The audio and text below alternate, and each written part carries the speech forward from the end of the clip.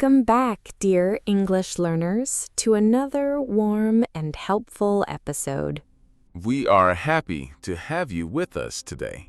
In this podcast, you can learn simple, natural English through friendly conversations, useful vocabulary, personal stories, and gentle motivation. So wherever you are now, take a breath, relax your shoulders, and enjoy learning. Maybe you are drinking your coffee, walking to work, cleaning your room, or resting quietly. Wherever you are, we are glad you are listening. Let me ask you something important. I am listening. Have you ever wanted to speak English with confidence, but suddenly heard a negative voice inside your mind? Oh yes, many times. Maybe that voice said something like, "Your English sounds really terrible." Or maybe everyone will laugh at your mistakes. Or perhaps you told yourself, "I am not smart enough." That one hurts because sometimes we believe it. Exactly. Negative thoughts can feel powerful, even when they are not true.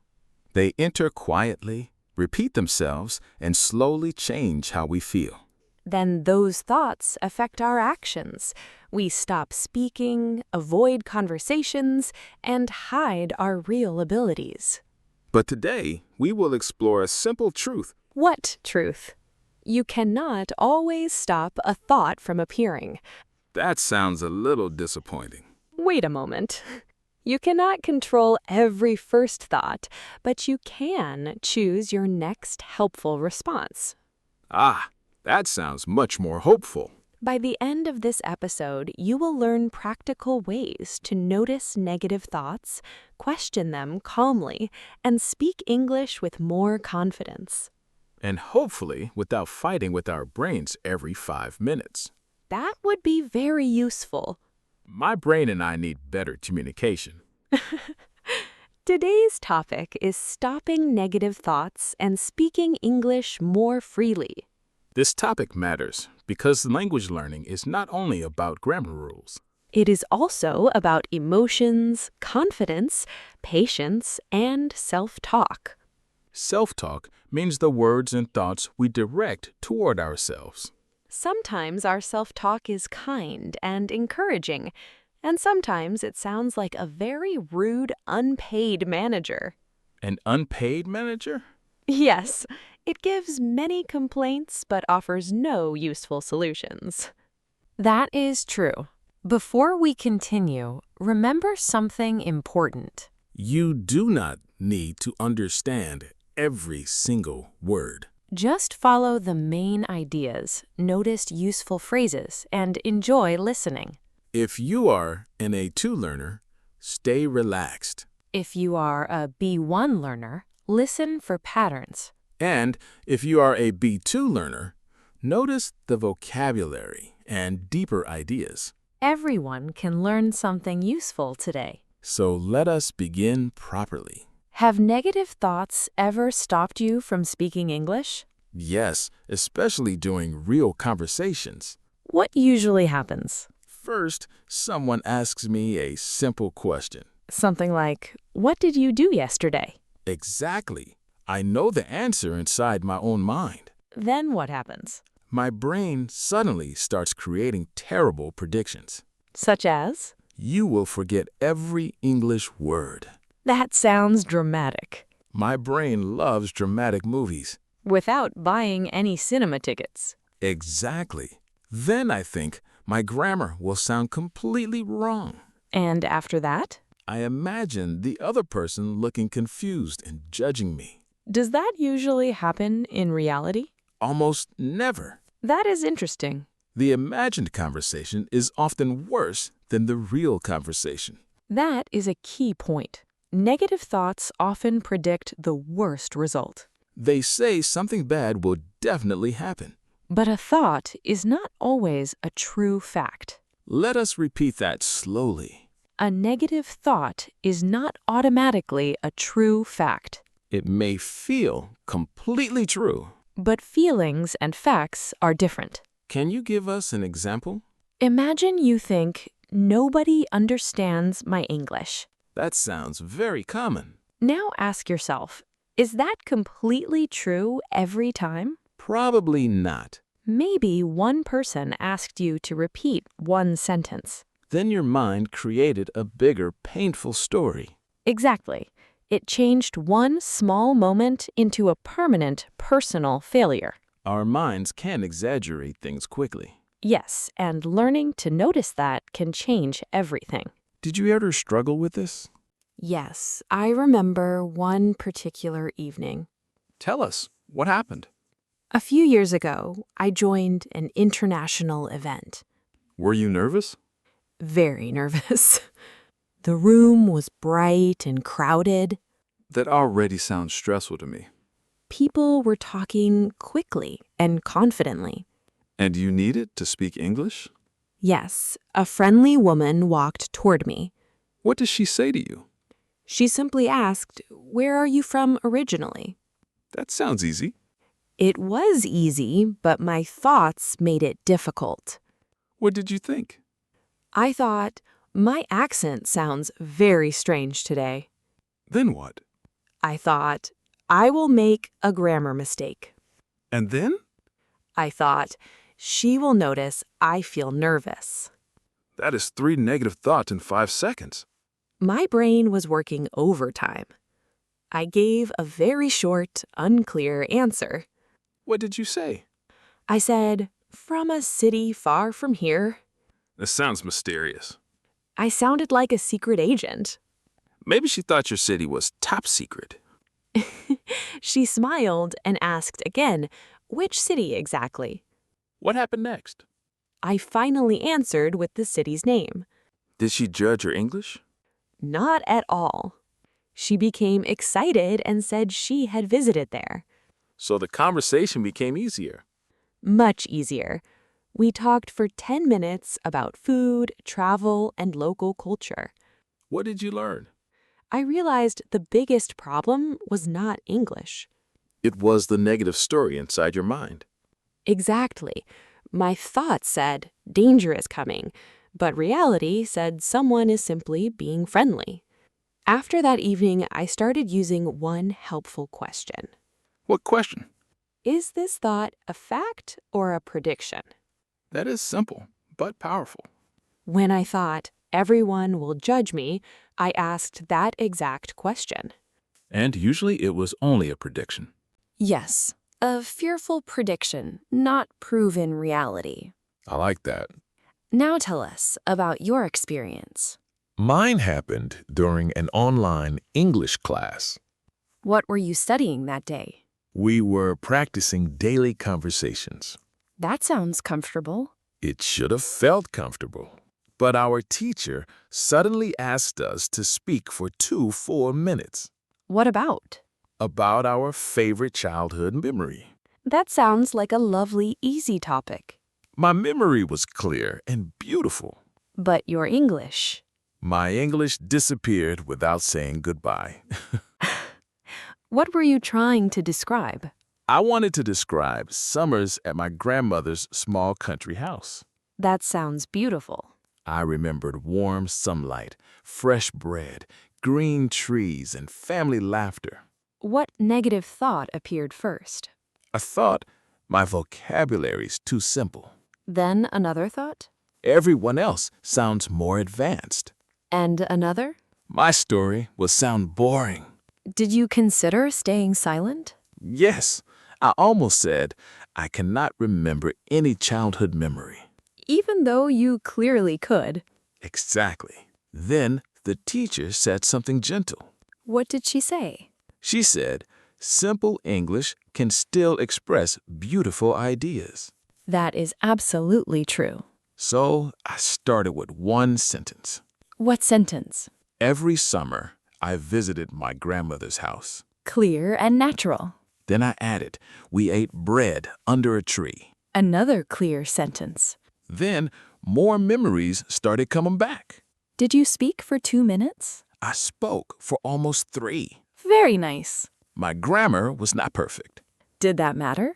Not really. My classmates understood the main story. How did you feel afterward? Relieved and proud. What lesson stayed with you? A simple sentence is better than a perfect sentence that remains unspoken. Let us repeat that important idea. A simple sentence is better than a perfect sentence that remains unspoken. Many learners wait for perfection. They want perfect grammar, perfect pronunciation, and perfect vocabulary. Then they wait and wait and wait. Meanwhile, their English mouth takes a holiday. An English mouth? Yes, the vocabulary stays inside while the mouth goes to sleep. That image is strangely accurate. Negative thoughts often grow through repetition. What do you mean? When we repeat one negative sentence, it becomes familiar, And familiar thoughts can feel true. even when they have little evidence. For example, someone may say, I am terrible at speaking English. They repeat it every single day. After some time, the sentence becomes part of their personal identity. They stop saying, I feel nervous while speaking English. Instead, they say, I am terrible at English. Those sentences are very different. Yes, one describes a temporary feeling. The other creates a permanent label. Labels can become heavy. They can influence our future choices. If I believe I am terrible, I may avoid all practice. Then, without practice, I improve more slowly. And slow progress seems to confirm the negative belief. That creates a difficult cycle. Negative thought, less practice, slower progress, stronger negative thought. How can we break that cycle? First, we need to notice it. That sounds obvious. But many thoughts move so quickly, we never examine them carefully. We simply believe whatever appears. Here is a useful habit. I'm ready. When you feel nervous or discouraged, pause for 10 quiet seconds. Only 10 seconds? Yes, 10 seconds. Ask yourself, what am I telling myself now? That question helps reveal the thought. You might notice a sentence like, I always fail. Or, my English never improves. Or, everyone speaks better than me. Then what? Do not fight the thought angrily. Why not? Fighting it can make it feel even louder. So, we should accept everything? Not accept it as a fact. Simply notice it as a thought. Can you show the difference? Instead of saying, I will fail, say something like, I am having the thought that I will fail. That sounds a little unusual. But it creates helpful distance. The thought becomes something you notice, not something that controls you. So, I could say, I am having the thought that my English sounds very bad. Exactly. Then ask, what evidence supports this thought? Evidence means information showing something is true. Correct. What if I made mistakes yesterday? That proves you made mistakes. It does not prove I can never speak well. Exactly. What if someone did not understand one sentence? That proves one sentence needed more clarity. It does not prove my complete English is useless. Very good. I think negative thoughts, like using words such as always, never, everyone, and nobody.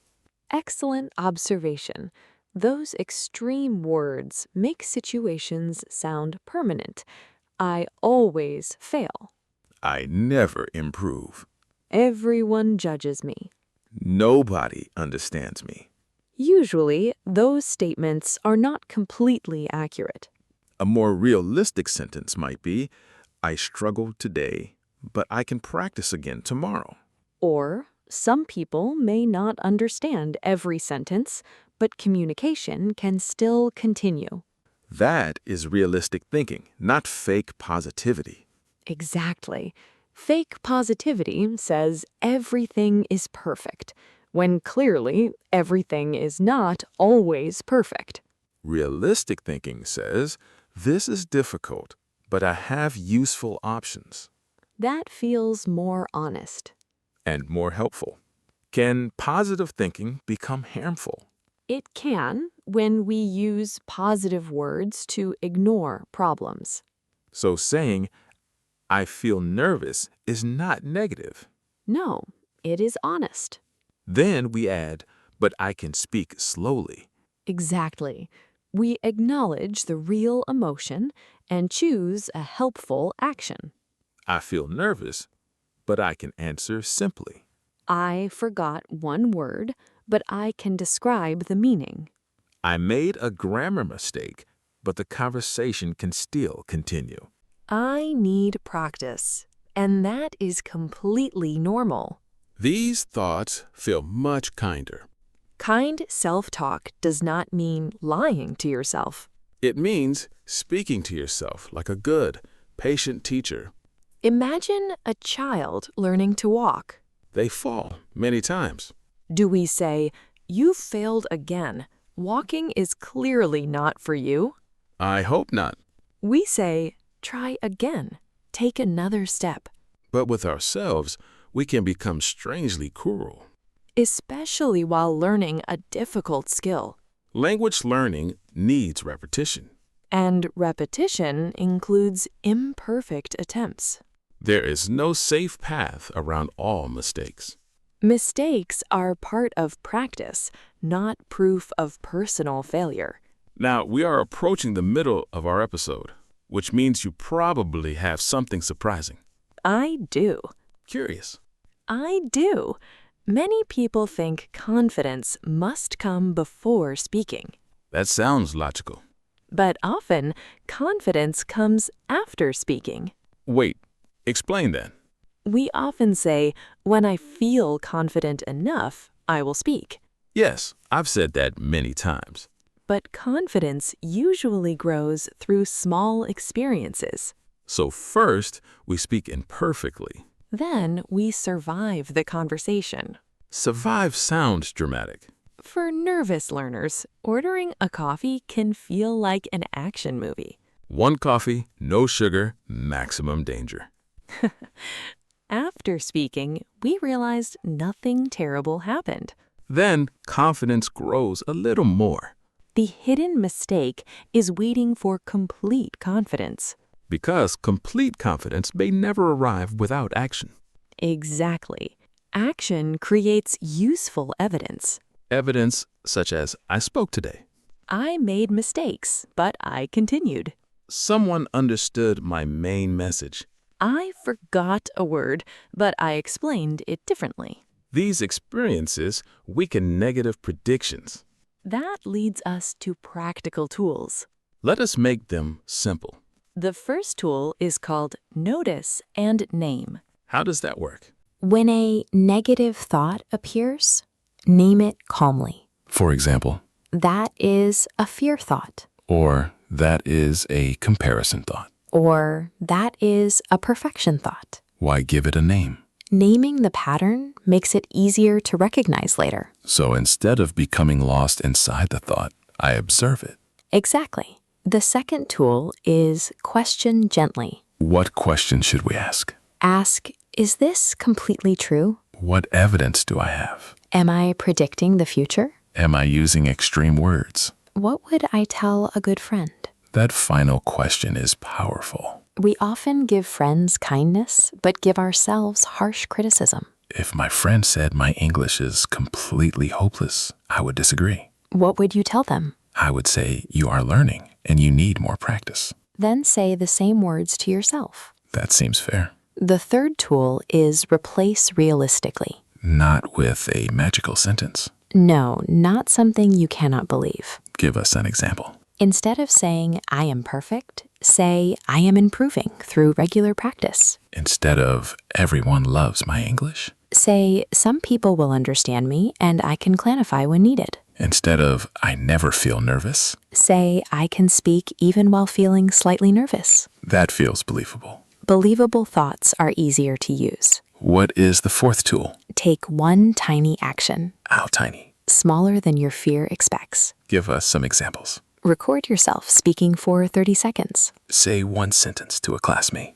Ask one simple question in English. Read one paragraph aloud slowly. Describe your room using 5 sentences. Practice ordering your favorite drink. These actions take less than 5 minutes. But repeated actions create progress. Exactly. Can we teach a helpful sentence for difficult moments? Yes, try this one. I do not need perfect English to communicate clearly. Let us say it together.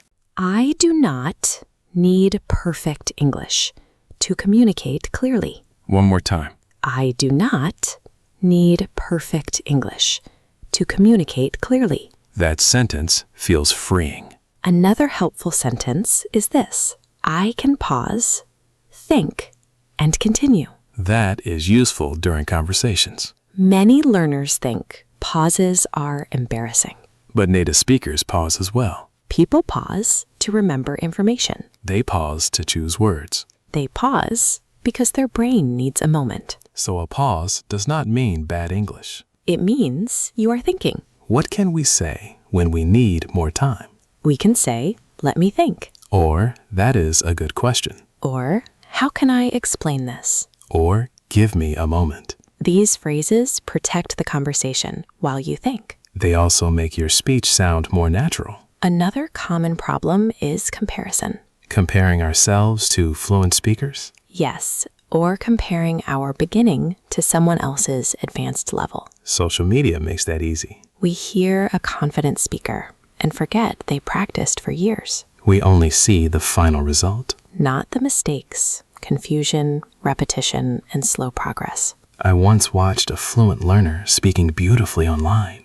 How did you feel? At first, I felt inspired. And then? 5 minutes later, I felt terrible. That changed quickly. My inspiration became comparison. What did your mind say? You should speak exactly like that right now. Was that realistic? Not at all. What helped? I asked, how can this person teach me? That changes the comparison. Yes, instead of saying I am behind, I chose one useful expression from the video. Then comparison became learning. We can admire another person without attacking ourselves. Beautifully said. Let us discuss daily routines. Small routines are very important. Negative thoughts become louder when goals feel too large. For example, I must become fluent this year. That goal can feel heavy. A smaller goal might be, I will speak for 5 minutes every morning. Or, I will learn 3 useful phrases each day. Or, I will listen to one conversation during breakfast. Small goals give your brain clear direction. They also create regular success. And regular success builds confidence. What should we do after a mistake? First, do not punish yourself. That sounds important. Second, correct one thing. Only one thing? Yes, correcting everything can feel overwhelming. So if I made 5 grammar mistakes, Choose one pattern to practice today. for example, past tense verbs, Exactly. then try the sentence again. This turns a mistake into useful information. Not a reason to stop speaking. Let us imagine a daily conversation. I am ready. Someone asks, "What did you do this weekend?" My negative thought says I cannot explain it perfectly. What can you answer? I can say I visited my cousin and we cooked dinner together. Very clear. Then I can add details slowly. What did you cook? We cooked rice, chicken, and vegetables. Did you enjoy the evening? Yes, we talked and watched a funny movie. That is already a complete conversation. No advanced words were necessary. Clear communication often uses simple language. That is comforting. Now imagine you forget the word umbrella. That happens at the worst possible moment. What could you do? I could say the thing you use in rain. Perfect. Then someone says umbrella. And the conversation continues normally. Forgetting one word does not end communication. Flexibility is an important skill. More important than knowing every possible word. Now let us slow down and reflect. Think about your own English learning journey. What negative sentence do you repeat most often? Do you say, "I am too old to learn"? Do you say, my pronunciation will never improve? Do you believe other people learn faster? Do you wait for confidence before taking action? Now ask yourself, is that thought completely true? What evidence supports it? What evidence challenges it? What would you tell a close friend with the same negative thought? Choose one kinder sentence right now. Maybe say, I am learning at my own steady pace. Or say, mistakes show me what to practice. Or say, I can communicate with simple English. Or say, one difficult day does not define my full journey. Which sentence feels right for you today? It is time for our vocabulary learning section. I always enjoy this part. Today we have 5 useful words connected to thoughts, confidence, and communication. Are they difficult? They may sound slightly advanced, but we will explain them simply. Excellent. Let us begin. Our first word is trigger. Trigger. A trigger is something that causes a strong reaction, thought, or feeling. Can you give an easy example? Speaking in public can trigger feelings of nervousness. So public speaking causes the feeling. Exactly. Here is another example.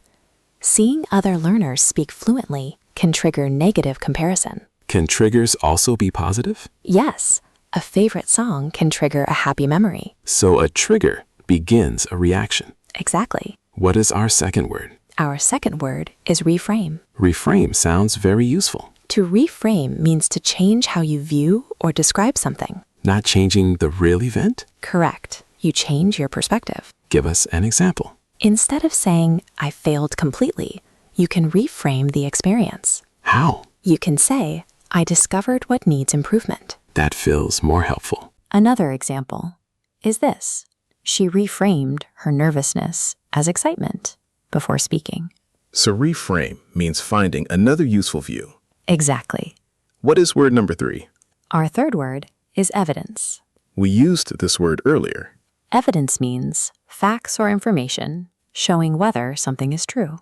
Can you give 2 examples? I have evidence that my English is improving. What evidence? I understand more podcasts now. That is clear evidence. Here is another example. One mistake is not evidence that you cannot learn English. That sentence is important. Evidence helps us question negative predictions. What is our fourth word? Our fourth word is realistic. That word sounds familiar. Realistic means sensible and possible in real life. So a realistic goal is possible? Yes, learning 10 words this week is realistic. Learning every word in one night is not realistic. Unless your brain is secretly a supercomputer. Mine definitely needs charging. Here is another example. It is realistic to expect mistakes while learning. Realistic thinking accepts challenges without giving up. Exactly. And our final word? Our final word is resilient. That sounds powerful. Resilient means able to recover after difficulty, failure, or stress. Can an English learner be resilient? Absolutely. A resilient learner makes a mistake, learns from it, and tries again. Give us another example. She felt embarrassed after the conversation, but remained resilient and kept practicing. So resilience does not mean never feeling bad. Correct. It means continuing after a difficult moment. I like that meaning. Let us review all 5 words. I am ready. Trigger. Something that starts a reaction. Example, public speaking can trigger fear. Reframe. Change how you view something. Example, reframe a mistake as a lesson. Evidence. Facts that show the truth. Example, regular progress is useful evidence. Realistic. Possible and sensible in real life. Example, small daily practice is realistic. Resilient. Able to recover and continue trying. Example, resilient learners keep moving forward. Those words connect perfectly with today's topic. Before we finish, let us remember the main lesson. Negative thoughts may appear automatically. Their appearance does not mean they are true. You can notice the thought calmly. You can name the thought pattern. You can question its evidence. You can replace extreme language with realistic language. Then you can take one small, useful action. Confidence does not always come first. Sometimes action comes first. Then experience creates evidence. And evidence slowly builds confidence. Your English does not need to sound perfect to be meaningful. Your accent carries your story. Your mistakes show that you are actively learning.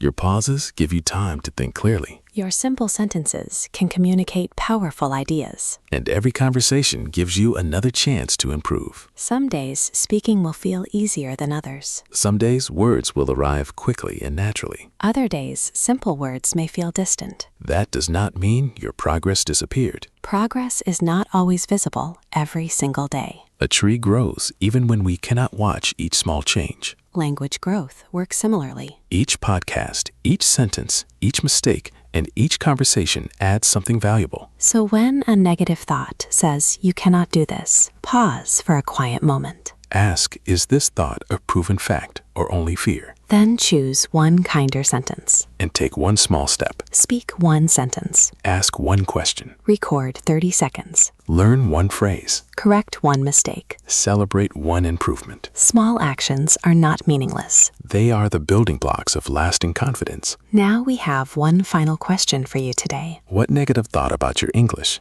would you like to reframe? Write your answer in the comments. You can use this simple pattern. I often think blank, but now I will say blank. For example, I often think my English is not good enough. But now I will say my English improves through daily practice. Choose one sentence and say it aloud today. Practice it slowly with calm breathing. Then use one simple English sentence in a real conversation. Thank you for spending this time with us. We hope this conversation helped your English and your confidence. Keep listening, keep speaking, and keep learning. Be patient with your progress. Be curious about your mistakes. Be realistic about difficult days. And be resilient when negative thoughts appear again. Remember, you do not need perfect English to communicate clearly. You only need a message, some courage, and the willingness to keep going. Until our next conversation, take care of your mind. Take care of your words. And never let one negative thought silence the English growing inside you. Goodbye for now. Keep learning one brave sentence at a time.